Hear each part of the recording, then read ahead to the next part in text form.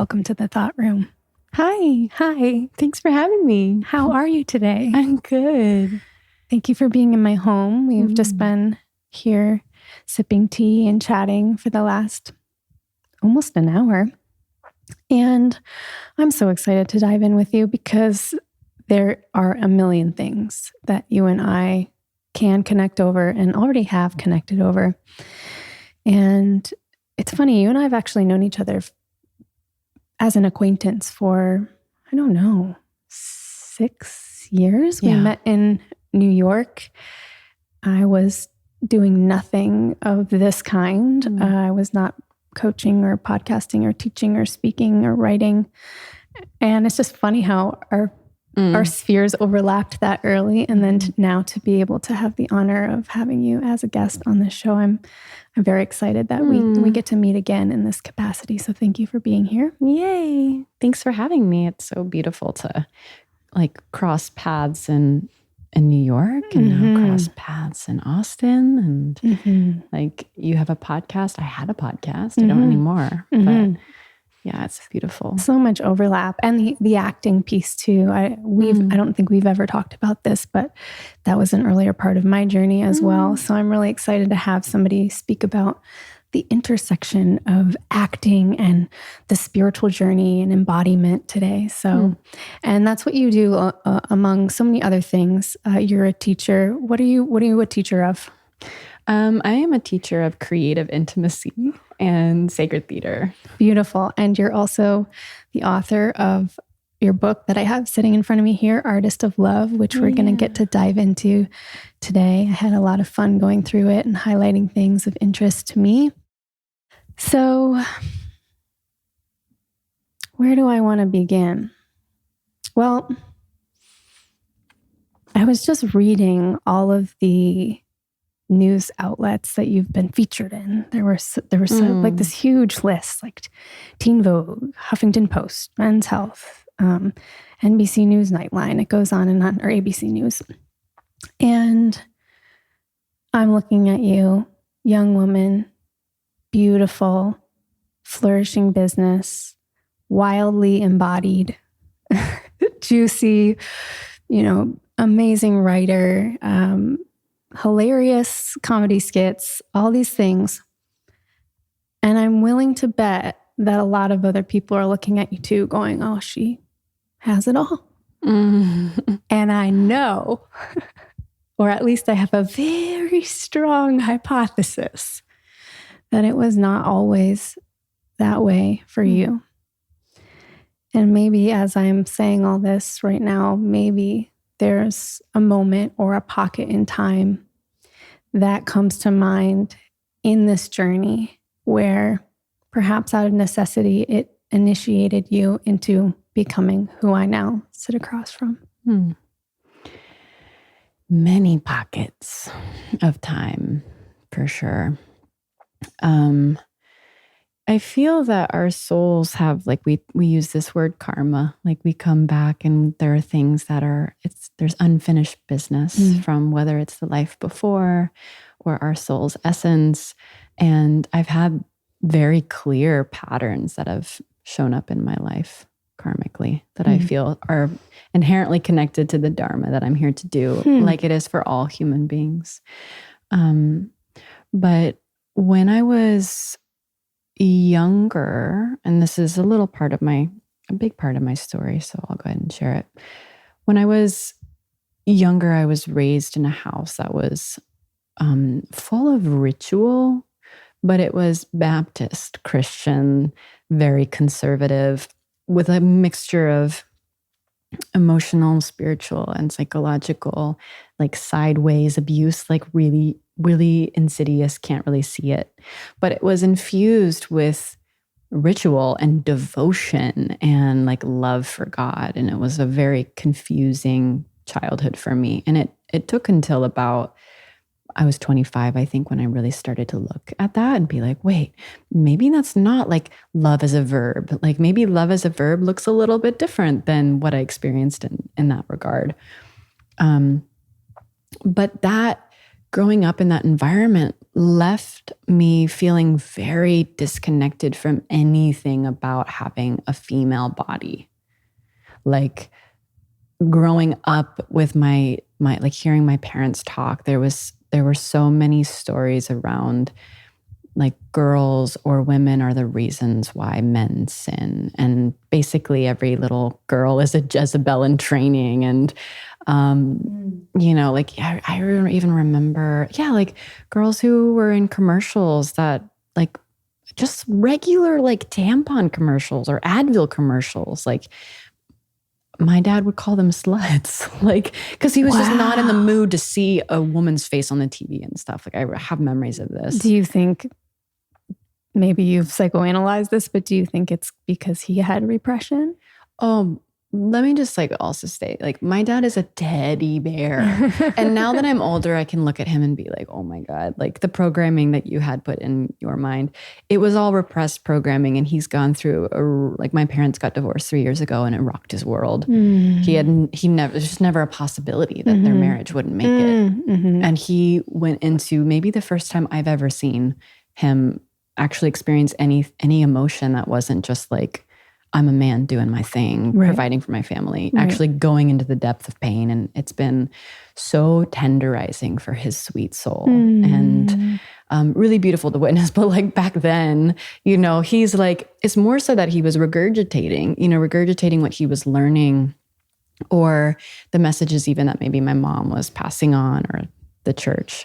But I grew up really feeling disconnected from my body because I didn't want to be the reason why men didn't go to heaven because they wanted me so badly. Like, I better like dress like a goofball and like make sure that I'm not, not woman. So that took me into a path of 7 years of eating disorders. Wow. And eventually bodybuilding, which I find interesting because when I went into the world of bodybuilding, it was all about, for me at least, becoming as small as possible, controlling every little morsel of everything I ate.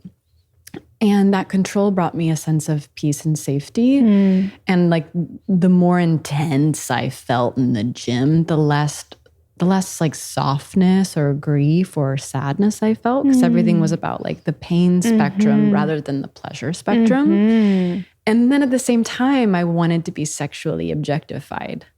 I wanted to be small, kind of like a dude. Like I'm working out all the time, like a dude. And yet also I'm going to wear a little tiny swimsuit. And I want you to tell me that I'm a 10 out of a 10. And it was just this deep, and I point out those two ends of the spectrum of the, I'm going to be more like a guy. And also I want to be sexually objectified, just like my childhood is full of ritual, but a lot of abuse. That's been my karma is...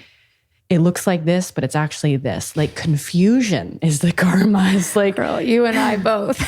Nothing is clear. Is this love or is this not love? Like, is this what success feels like or no? Like, is this trauma or is this dharma? Like, I just don't know. And that's been the theme. I've really taken a magnifying glass to my life of like, wow, a really good standard or a litmus test for me in doing anything in my life, whether it's choosing someone I want to date or it's taking a spiritual path or, having a friendship is, am I confused? Do I feel confused? Are they saying they love me, but my heart is feeling like it's... If I'm confused, it's a pretty good sign that it's trauma, not dharma. And I'm re-entering it. It's a cycle. It's a pause moment to be like, don't do that. This is interesting because I think a lot of people question themselves when they're about to do something new and they're like, oh, you're just afraid. And that inner critic comes out. It's like, you just got to do it, And then I've had the experience where I've been afraid to start a new relationship or something like that. And the other person wasn't. And it's easy to internalize that and go, oh, well, it's just something with me then. They seem really excited about it. So I would love to hear more about these litmus tests that you do to check in with yourself, because I think a lot of us can relate to the confusion, being presented with an opportunity and many, and I'll include myself in this, go through pockets of being so dissociated from my body, it can be really difficult to get in touch with what I'm feeling, because the feeling is actually just an intellectualization that I'm calling a feeling of what I should do, and that's based on a program. So I'm really open and excited to hear about how we can thread embodiment into decision making. I love this question. Yeah, I think for women all around, there is it's a pattern, it's a habit, it's a programming that's been instilled in us to not trust our bodies, innate intelligence. And whether that's because you were gaslit as a child or just culturally, it's like the woman's fault, or the messages around don't settle, but at this, and you can do better. And then on the other hand, it's like just like a push to always want more, and then don't be too greedy at the same time. Like, you're not going to get any younger. Like, there's just all these messages that confuse us from just what's the basic truth of our heart.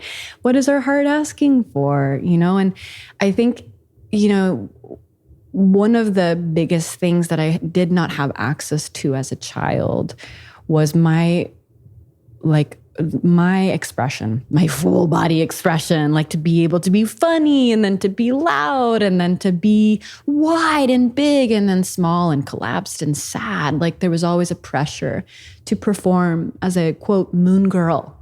Moon girl reputation was everything in my family. Like, behave like a moon girl. I had to sign contracts. There were little laminated contracts in my wallet about what it means to be a moon girl. Wow. I had to sign my name. Yeah, that's deep. I didn't sign my name. And there was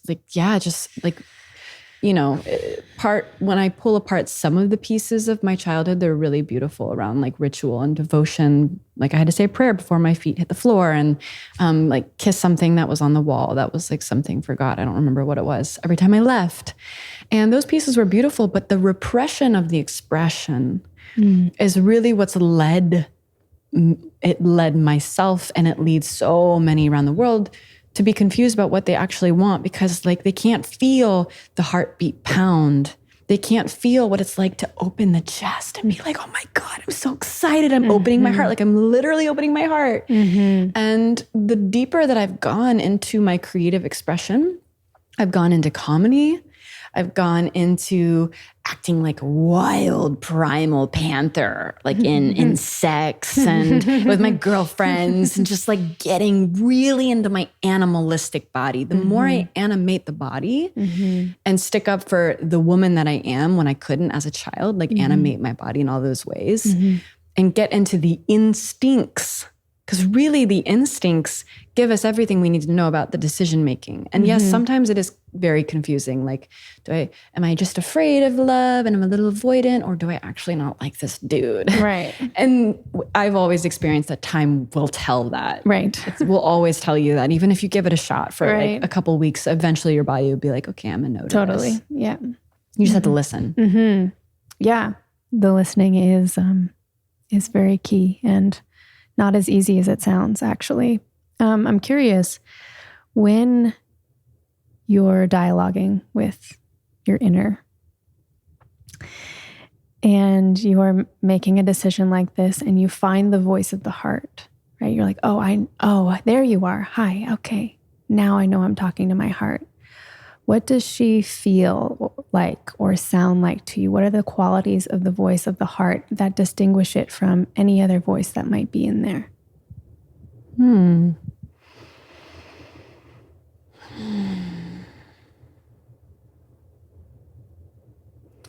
The voice of my heart feels like spaciousness. Because when it's desire, it's just super clear, and there's no like, do I desire? Like, for me, it's just, I desire, I'm hungry, I'm alive, I want this. And it's excitement. So there's no confusion, at least for me, around desire. But I'm thinking particularly around grief. Yeah. Like, when I go through grief portals in my mind, like, there is a certain amount of time that should be devoted to something like that. And it's normally not a lot of time. Mm-hmm. If it were up to me, the truth of my heart, I would contort into grieving for a month and then moving on. But the truth of my heart during these deeper grief portals is desiring spaciousness to actually focus on just the healing process. And then my mind comes in and goes, but you need to move forward. And like, you need to stick it to the man. And even though you're grieving, you need to rise. Yeah.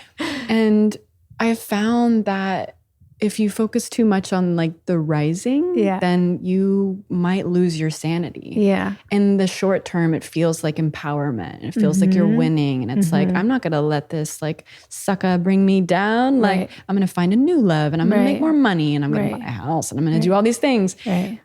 And the truth of the heart is I need space to feel this process and to actually feel like my healing process is worth it to you. There's a part of my heart that questions sometimes, do you actually value, like, Madelyn, do you value the healing process? Because you're trying to rush it. Right. And that's what's come up for me more so recently is the need for spaciousness around that process and actually a deep, deep, deep humility around it too. Like, wow, I'm not nearly as much in control as I'd like to think. It's so gorgeously vulnerable, isn't it? Very juicy. I think it's what keeps us feeling alive is allowing those tender nerves to be exposed. And like you said, just like really being with it and marinating in the process of healing to sponge up all of the lessons because it's so easy to move too quickly, particularly now more than ever, where we have a higher number of events smashed into the same amount of chronological time than ever before in history. Just notifications going off all the time. Just, you know, that spaciousness is not something that's innate anymore. It needs to be created and protected. Yeah, which means saying no a lot more, saying no to things. Go on. Saying no. We all love the no conversation. Like no to going out as much maybe, or like no to certain friends that aren't substantial with you. Like, you know, during this grief process that I've gone through last year, particularly, all of the people that have entered my life and these friendships have had deep substance. You got it. Substance. But then there's like the friends that are there for the real, like really leaning in. And I've had to choose those friendships. I've never before experienced such a high standard of friendships. And now if I'm not feeling like that's being met on both ends, like I'm not able to fully lean in with someone or they're not able to fully lean in with me, it's not like a no to not being friends with them, but I'm just very careful to allocate my time and my energy and my investments in people. Like particularly now as I'm getting older and it's becoming more and more important that every friendship feels like family. Yes. I was writing about this a little bit in the book that I'm working on about choosing friendships and when we start to realize where our standard is. And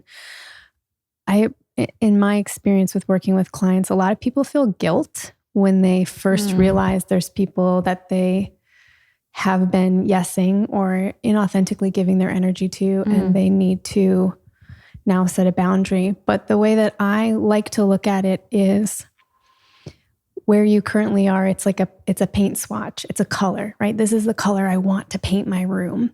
And these other friends, these other colors are just not what you're currently painting your bedroom. They're not bad colors. You know, they're not bad things. It's just you have a preference, you have a desire, and you know what you would like right now. And it just feels easy. It feels aligned. It feels like a yes for both of you. And that's so, so important. Yeah, I like the color example. Well, I would love to talk a little bit about masculine and feminine polarities, which I'm sure you've never talked about before. Today's day one of that conversation. Sure you're excited to give us a little 101, but feel free to throw in flavors of things you've maybe never talked about before and let your brain just go wherever it wants to go with this. But maybe starting with a brief intro explaining what you see to be the difference between masculine energies and feminine energies, and addressing, because I think there's a lot of misunderstanding too around the gendered part of it. And so maybe you want to speak to that and then just lead us in. We'll see where we go from there. Yeah. So I've started to create a distinction around the use of the word polarity. We have the universal laws of nature that are polarity. We have the solar essence, we have the sun, and then we have the lunar essence, we have the moon. We have up, we have down, we have in, we have out, we have man, we have woman, we have yin and yang. And that's just full stop. That's always happening. It's pure, it's untainted, it's in the world in multi dimensions, and it's beautiful. And there's nothing that we can add to it or take away from it. It's just polarity is all around us. And then there's polarity that I'm calling the brand, because it's just now become a bit of a brand. It's the same thing as Christianity to me. Like, we have Christianity, what I would consider to be the real version of Yeshua coming, and Mary Magdalene is the high priestess who anoints him. And like, the whole message of Christianity was around, this is a possible way to live, full of kindness and forgiveness and love. And then humans were like, we're just going to make this about Jesus. We're just going to praise him. And Jesus, from what I understand, was actually like, I didn't want you to just worship me, y'all. I'm here to show you about love. And then, as you know, we as a humanity have said to Mary Magdalene, she's the prostitute, and cast her out, and then manipulated and pretzeled Christianity into this whole thing that's like a brand rather than what I see as like the deep truth. Polarity's kind of like that in a way, a little different, but like humans have decided how polarity is best suited for relationships. And I think it's really important, even with the definition I'm going to give, that you question it and how it resonates within your body. Everything should be questioned. So polarity in this essence is, how do we create sexual attraction? How do we create sexual attraction using two opposite ends of one spectrum? So if we were to take two people and they're in a relationship, which, by the way, the big, I think, joke with relationship is that in order for it to thrive, you need sameness. And in order for it to be sexy, you need opposites. So if you want to have a long-term relationship, you need to have a lot of similarities. Like, you both want to have a kid. You both want to live in Texas. You both want to be Republican or liberal. Like, you need some similarities in order to function as a couple. Compatibility. Right? So you need sameness to have compatibility. But if you're doing breakfast together, you're taking walks together, maybe you do business together, you do all this stuff together, all of a sudden there's no opposition. There's no, what you doing over there? You're a mystery man. Like, I don't know so much about you, and that's kind of hot. There's no more of that anymore.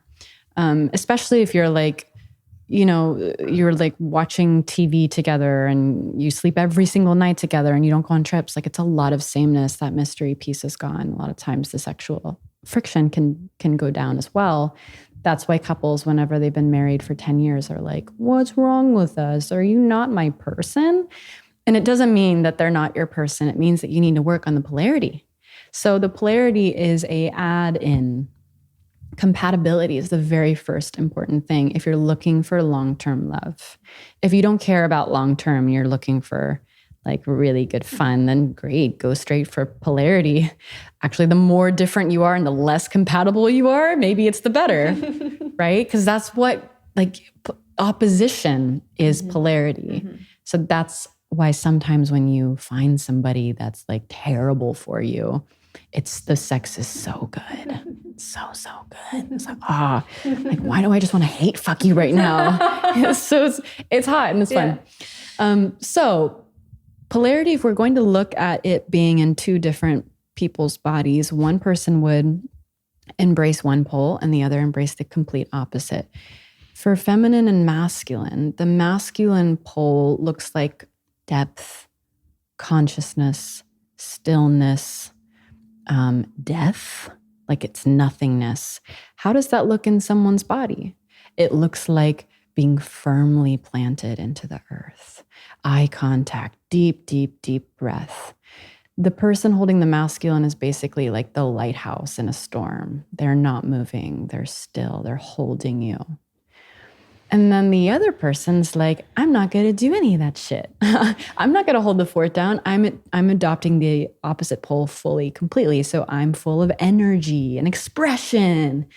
I might be making eye contact, but I might be looking all around. And there's more life, the opposite of death and nothingness and bliss in that regard is life and fullness and aliveness. So if you actually take two people who are standing in front of each other and one person begins to do all this beautiful movement, her spine becomes like a jellyfish and she starts moving her hips and she starts dancing for him and then revealing certain essences through her eyes like longing, devotion, love, lust, anger. And he's there not moving alongside her, not swaying his hips, but instead very deeply holding presence, watching her, ravishing her with his eyes. Oh, yeah. You just feel it. You just feel the sexual friction from that. It's really yummy. So when we are scrolling on Instagram and we're seeing all these teachers like, oh, what she really wants is the truth of her heart to be revealed through God fuck and love and attention. Like that's what everyone is saying is basically how do we create sexual friction through our bodies and our breath, because it's a whole beautiful practice. And there are some subtle, some not so subtle ways that this is becoming another, yet again, patriarchal trap that some people are either like definitely saying, and they're very angry about it, like, fuck polarity, we hate polarity, it's trapping women, which I don't think is true. I think it's a tool that can be used to liberate. So there's one side of the spectrum of people angry about it, and then the other that are like worshiping it. I think we should do neither. I think like anything else, it's a beautiful tool. Like the woman is not supposed to always do A, B, C, D, E, F, G in order to be feminine. And yet some of Polarity as a brand, they are doing that. They are like slowly indoctrinating this dogma around how the feminine being needs to behave in order to be attractive. In order for there to be polarity, you need to say no like this. You need to move your hips like this. And not everyone's ever going to experience that. I have a very unique stance of having been in multiple relationships that were based on polarity rather than based on compatibility. And I learned a lot of what that feels like. So now I've been speaking a lot more about the nuances of polarity and the importance to create space for that. The nuances of polarity. This is very juicy. Is there anything there that you want to go deeper into when you talk about the nuance? And I guess the other thing I would say is there's obviously going to be people who identify in all sorts of different ways listening to this podcast, men, women, other genders. Can you speak to perhaps something that you're seeing either in clients you've worked with or in your own experience of the types of things that are commonly going on in the dating world, like the most common distortions? And if we could, giving a piece of advice maybe for men and for women of something common they might see and how to deal with it in terms of polarity. Yeah, I'd say that. Yeah. And first before I say that we're talking about embodied energies here. So it doesn't matter if this is two women together practicing polarity. One is that lighthouse. The other one is the love light and the energy. Or it's two men. Same thing. One can be dancing and swaying his hips, doing a dance of devotion. And the other one is holding the fort down as a redwood tree. Yeah. And one of the issues I do see in polarity is that a lot of teachers of polarity, including myself, will say that. But then you go to a polarity workshop and it's incredibly heteronormative. Mm-hmm. And maybe that's because those are the people who are generally interested in this. Right. But there probably should be some spaces out there that it's like, this is specifically for same-sex couples to come and learn about polarity. I've thought about that for a while, but I feel like that would be best done by someone who is in a same-sex relationship. Exactly. So just throwing it out there because it's been an issue that I've seen for many years, people being like, this is so heteronormative. And I'm like, I know, we need someone to come forward and teach this work as a same-sex relationship Thank you style. for saying that because often it is like, there are issues in all of the things everywhere, right? And I think as a leader and as a teacher, when people bring issues to us, we want to hear them, we want to adapt, we want to change. And also part of what's in integrity, for me at least, is to teach things that I have personal experience with. Right. And so you can say, yes, there's a big gap in this space. And yes, I don't think I'm the best one to be educating about it, but I'm championing you, if you're passionate about it, to go lead. So thank you for naming that. Yeah, we're all waiting. Someone out there is like, that's the work I want to do. I want to bring this to same-sex couples, and we need it. So whoever you are, like, be the change that we need. So I just want to say that. Yeah, I think, okay, so when I'm looking at, I don't quite know what the trends are in dating in general. I could say a few things, but I want to specifically look at what I see happening in couples, especially those that are interested in polarity, because there's like some stuff happening there. In the polarity world, there is the pretty well-known concept that the thing the feminine practitioner wants the most is love. And the thing that the primarily masculine practitioner wants the most is freedom. And when I first learned this, I thought it made so much sense. I was like, oh my God, I'm such a feminine being. I'm full of emotion. I'm crying. I'm laughing. I'm crying. I'm orgasming. I'm laughing. I'm crying. And like, I'm a relationship teacher. I'm obsessed with love. I watch dating shows all the time. I want to break down love and understand love. I am a tried and true feminine being. I want love more than anything. And the idea that the masculine wants freedom more than anything also resonated. I was like, wow, I date all these guys who like are so clear on their purpose, and their purpose kind of comes before the relationship. And they might be a little bit more on the avoidance spectrum, and I'm more like leaning in, and I want to talk about all the things. And they'll end the phone call with, bye, hang up. And then I'll be like, goodbye. Take care, my beloved. Into the silent abyss. Yes. Let us take 3 deep breaths before we hit the end now. And look out the long winter window and sigh for one another. And listen to a song right after this at the same time for the next 3. Like, I want to extend it. That's what the feminine does. She's like, I want more and more and more love. Whereas a masculine being is like, okay, bye. Boop, did that call. Now on to the next thing. And that made sense to me, that the masculine wants freedom because he's looking for, when do I feel I finally achieved my goals? And then for the feminine, when do I finally feel like I've received enough love? And the big thing is that he will never find the level of freedom he wants in any other moment than the current moment now. And that's what the masculine practitioner practices. How do I feel that idea of freedom that I'm constantly longing for right now, so I can feel the beauty of this moment rather than chasing the next? And for the feminine, it's, how do I feel that full totality of love right now, instead of waiting for a future moment when I think I'm going to feel more love? And I love these concepts, and it resonates within my masculine too. So I also have a very strong masculine. My masculine is looking for, when am I going to feel the most free? When do I feel like I finally did my to-do list? And I had to feel that now.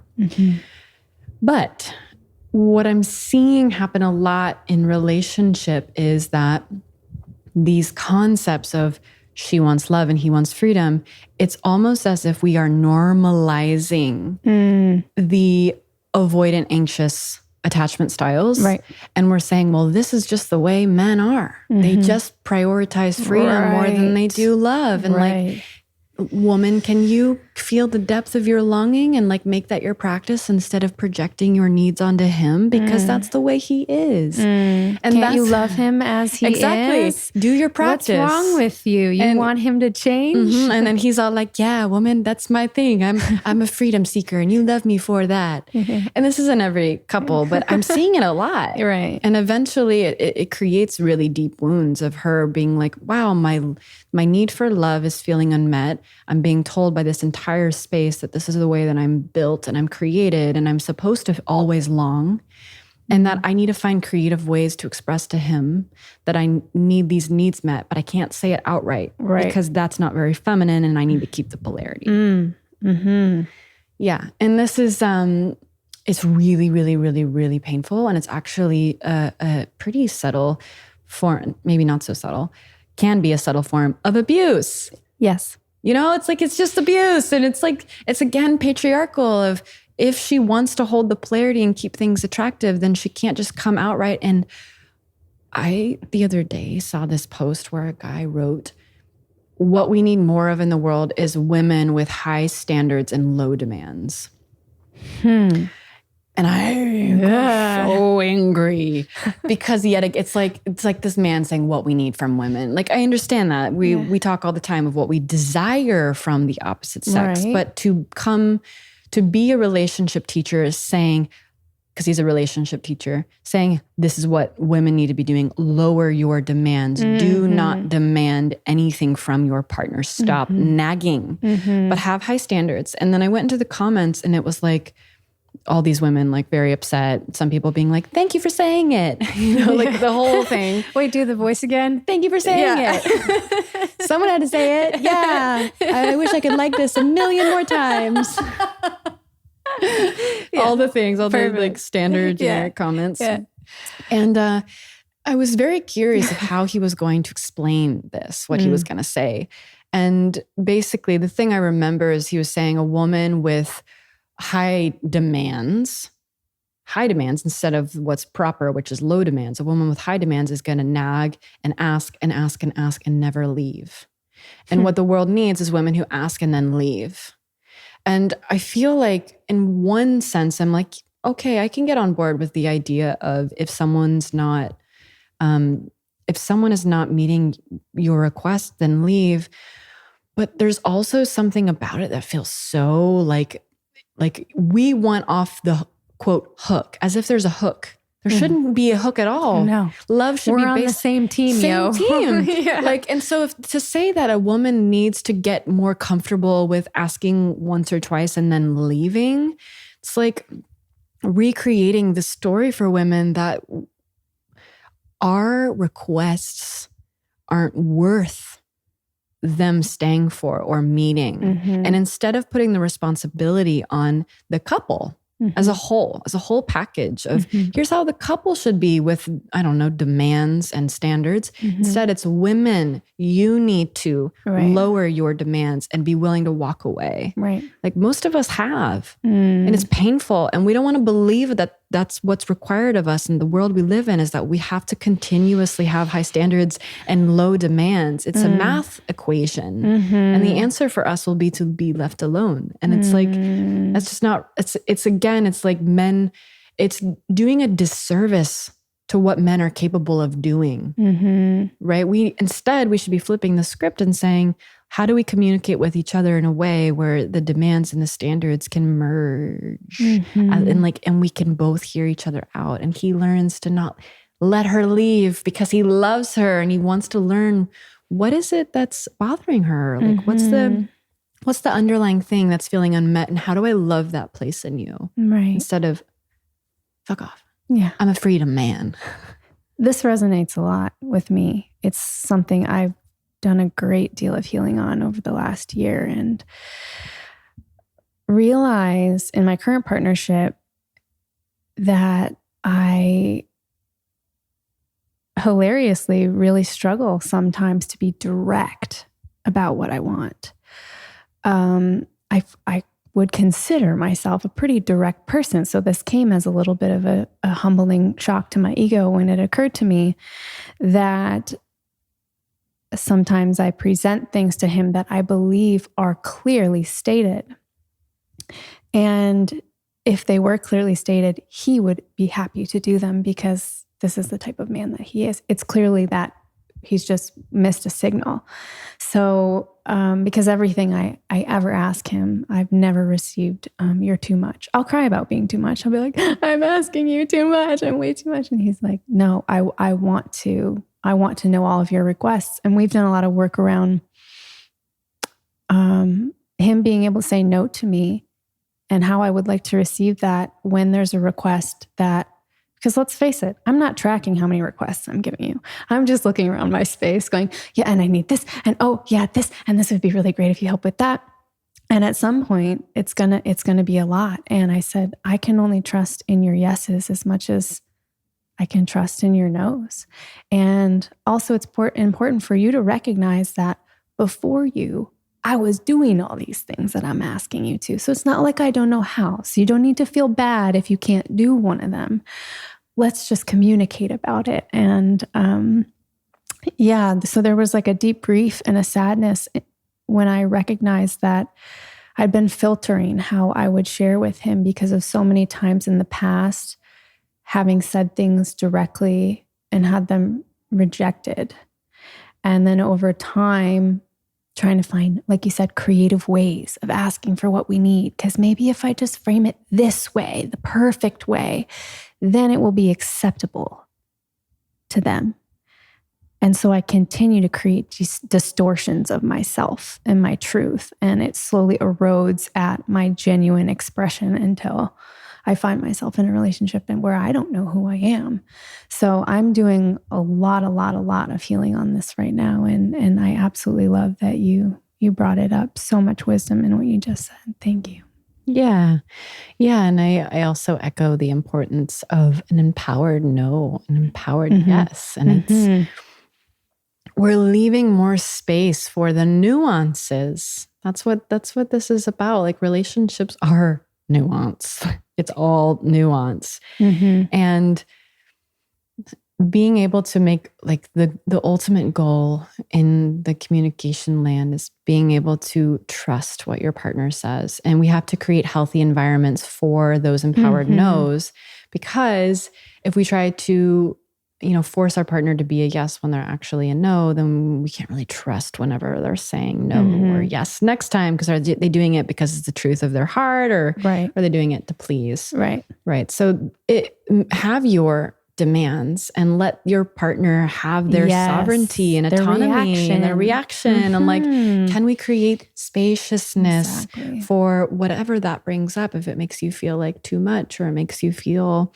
overjoyed, or it makes you feel anxious and nervous, like creating safety for the process all the way through. Right.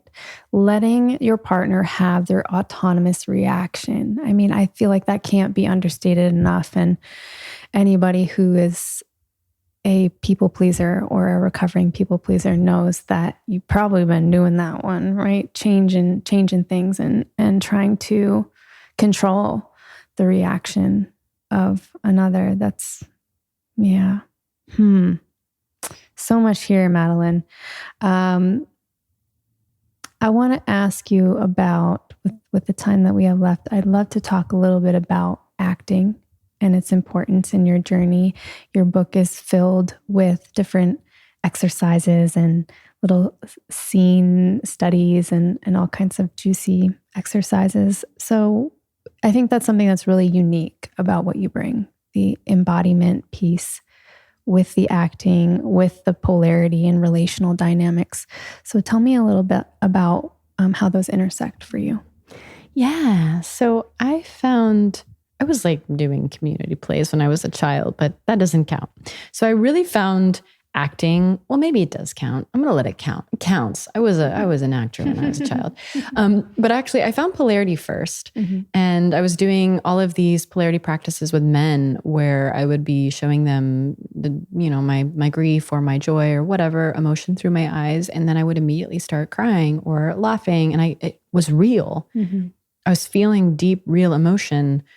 And I had an agility with it that wasn't there when I was younger. And I learned this about myself, how quickly I could transition states of my emotions kind of on cue. I just knew how to summon in whatever emotion I desired to feel. And I was living in New York at the time when I had this, maybe I should try to act. That could be fun. This feels like acting, because a common misconception around acting is that you're pretending, and really it's not. Polarity is acting, and acting is polarity in a very big sense. It's that you're creating you're creating context to give yourself an emotional experience that feels real. It's not pretending. It's the realest thing ever. Intimacy and love and feeling all the emotions that come with that is real, just as real as going to become a character that's having a quote, imaginary experience. But in your body, it feels real. That's why people, when they're watching movies, they get lost in it. They go into a trance state because whoever is the actor, they are doing it for real. So when I was doing these practices, I was like, I want to go be different people. That sounds fun. So I started to immediately audition. I didn't do any classes. And that's the way that I do things. When I want to do it, I just do the thing. I skip over the steps of go to a class. I'm so the opposite. Really? You do the steps all the way? I want to get all my ducks lined up so that when it takes off, it's just, little maintenance. Well, the things I was auditioning for, I will tell you, they were not the top projects of the USA. I was going to do student films. The first thing I ever auditioned for, I got it. And it was dancing girl #1, who died at the end, who got poisoned. And I had to die from getting poisoned in my first scene. It's the most ridiculous thing I've ever seen. But it was really fun. And that's the important thing, was that it was fun. Yeah. I loved getting on the train and riding to my destination in New York and then getting there and doing hair and makeup and camera crew all around. It was just really fun to be in the energy. And I started to realize I only did probably 7 projects in a 1.5 year time span. But I started to realize how creative the process was to be a character and then create a backstory for her and feel the backstory in your body. I remember doing a short film where I was a girl named Samantha, and I created this 3-page Samantha is a Sagittarius and and all the stuff about her dad and her brothers and her biggest fears, what she doesn't want anyone to find out about her. And it was so fun to write this story. And then I felt it in my body. What would it be like to completely step out of being me and then step into being Samantha? And by fully being Samantha, I learned so much about myself. And this is the work that I do, where I combine feminine and masculine polarity, mostly feminine embodiment, actually. I combine this feminine embodiment piece. How do we get into the body? By using acting, improv, monologues, archetypes, because by becoming a character, we can discover more about ourselves. And when I have women who come to me, let's say I just did a group program and I had a woman enter the container, and she was quite young and raised to be very meticulous about her practices. She was a dancer as a child and had coaches, and it was all very serious. So in her body is this seriousness. She has to do everything right and perfectly, and kind of a story that progress equals pain. Because as a child, that was painful to have to behave and live her little childhood life so meticulously perfect as a competitive dancer. And so for her, I gave her a monologue. As a group, we decide who gets what monologue. It's because everyone knows each other, and they're oh, you need this one. And someone had said for her, Harley Quinn. And so Harley Quinn holds this pole of wild abandonment and boldness. And she learned a monologue from her, and like, it was incredible to witness her shape shift from the version we all knew of her, of the straight up spine, into like this Harley Quinn. Mm-hmm. And we have in-person things. And at one point I was like, I want you to turn on Harley Quinn. Keep saying what you're saying, but say it as Harley Quinn. And her whole body shape shifted. Wow. She was saying something and like going on about like, you know, something painful in her heart. And then I said, turn on Harley Quinn. And she immediately like transferred into this different part of her. Very the cool. whole room lit up because you could feel the transmission. And at the core of this work, we're looking for us expanding our capacity to create new transmissions so that we can go into these spaces in our life, we can go into places, and we can actually decide, how do I want to impact the room? Do I want to impact the room very subtly? Do I want to go in as the quiet priestess? Or do I want to go in and I want to shake things up and I want to make people laugh by being Harley Quinn? Because your imprint in the world matters. And we often don't question that. We just go, I'm Madelyn. That's who I am. I'm going to walk into the spaces. But what if I wanted to make more people enjoy their day by embracing some archetype or some character that like would do that, you know, and I can decide in that moment. And that's what I find so beautiful about using acting as a modality, or learning how to do scene work, monologues, or creating your own character backstories, even if like the character is you, you know, maybe you just want to like imagine one of your shadow sides. Maybe you have a part of you that's incredibly jealous and you want to give her a name and a backstory, and then dress like her and eat like her for a day as a way to totally, completely adopt and embrace that part of yourself so that she's no longer coming out as sideways jealousy. You just totally learn her. Beautiful. Yeah.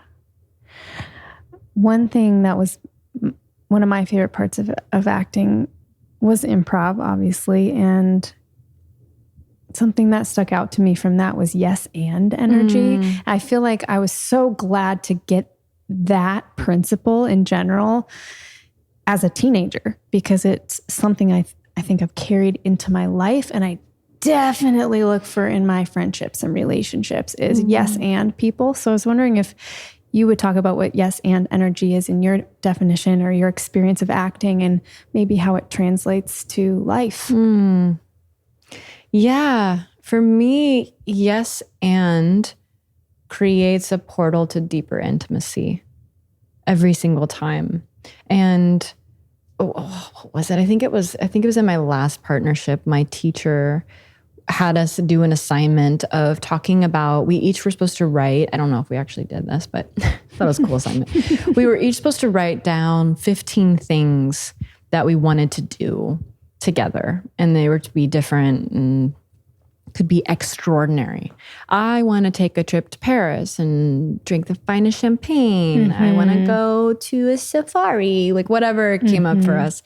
And then we were supposed to sit down together with our lists and go through each one by one, both of our lists, and do a yes and to practice the art of, okay, you want to do that? Yes, I want to do that. And I want to take a bubble bath before we do that. Like, what would make you be a yes? Yeah. What do I need in order to be a yes to this? And this is something I think about in all aspects of my life. Like, you know, if someone's inviting me to do something and I'm like a little bit like luteal phasey and I'm just tired and I don't want to be a no because a no doesn't feel right, but I'm not quite a yes. What would I need in order to be a yes? If I could create the perfect situation in my luteal phase grumpy pantsness to be a yes for that. And we don't normally think like that about curating everything we do in our life so that we can feel that full body yes to doing something. Beautiful. How about you? I want to know how that's been. Well, just to go back for anyone who's not familiar with acting and talk about what yes and means to me, in some improv exercises, one actor can get up and initiate a scene, and they are with another actor on stage or sometimes alone. But the idea is that something is brought up, a crazy idea is proposed, and the other person is always going to say yes. This is the challenge of this improv game in particular. They're always going to say yes, and they're going to find a way to add to it somehow. They're going to amplify it. And why I love that is it challenges us to be creative, to think outside of our normal path with something. And like you said, consider what would make it a yes for us. But this is one thing that I look for in people that I'm close to, and that aspect of them, and being in a relationship with people who have that really embodied is absolutely life-changing. Because for me in the past, I've often had a pattern of ending up in relationships where I tend to be in the role of like, and let's do this, and let's do that. And, sometimes, Madelyn, my ideas are like outrageous, or like they can't be executed right away. But there's this little girl in me that's just always frothing with creativity, and I want to do everything. Frothing. Oh. Okay. And I don't always want to be brought down to earth. I want to live in my dreams sometimes. And the people that I have surrounding me now are just so yes and energy. They're like, yeah, go baby. Like, how bigger, like more, like, how do you feel? Like, oh, what does that feel like? Oh, where do you feel that in your body? And it's just so delightful for my entire being to relish in that yes and energy, and to be able to give that back to them. It's this juicy, gorgeous, like self-perpetuating feedback loop. And so, yeah, I'm over the moon with the yes and.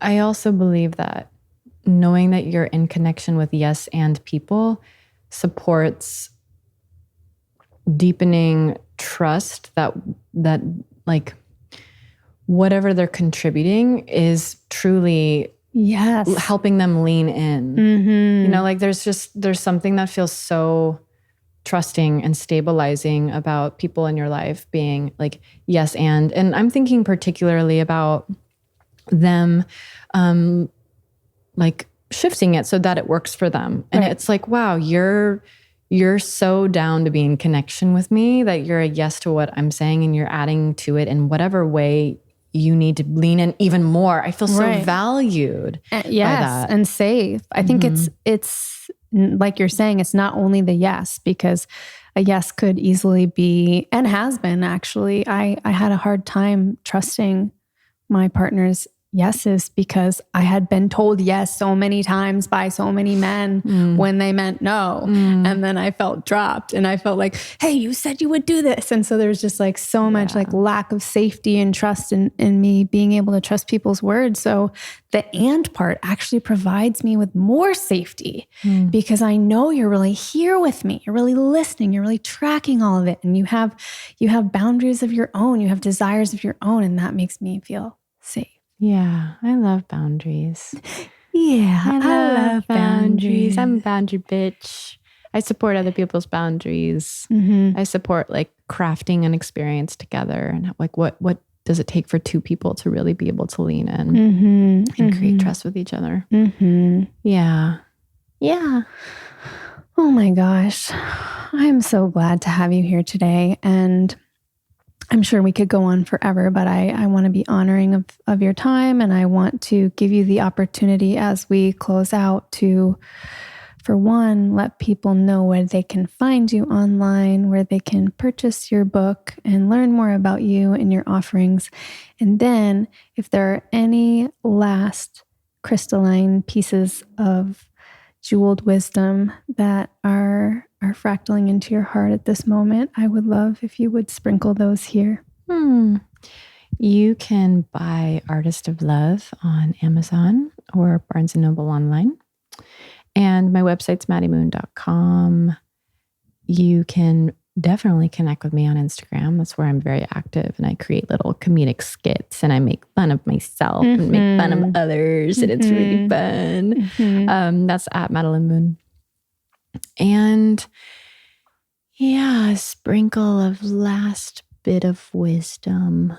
I am a very big advocate of like being curious about any system or any structure that is coming about just at any time. Because a lot of times there are incredibly juicy nuggets that are coming forth.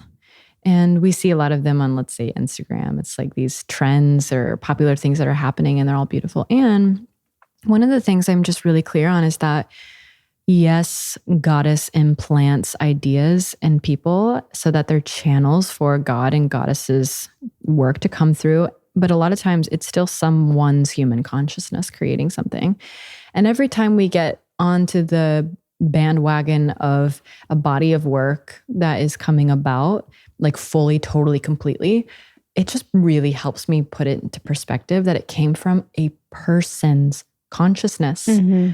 And that in itself makes me want to be curious on how do I include this in my life and innovate from it and make it even more unique to me. And I think more women really need to do this, deserve to do this, will be empowered by doing this because we've been taught how to be and how to think and how to live and to question ourselves for so many years.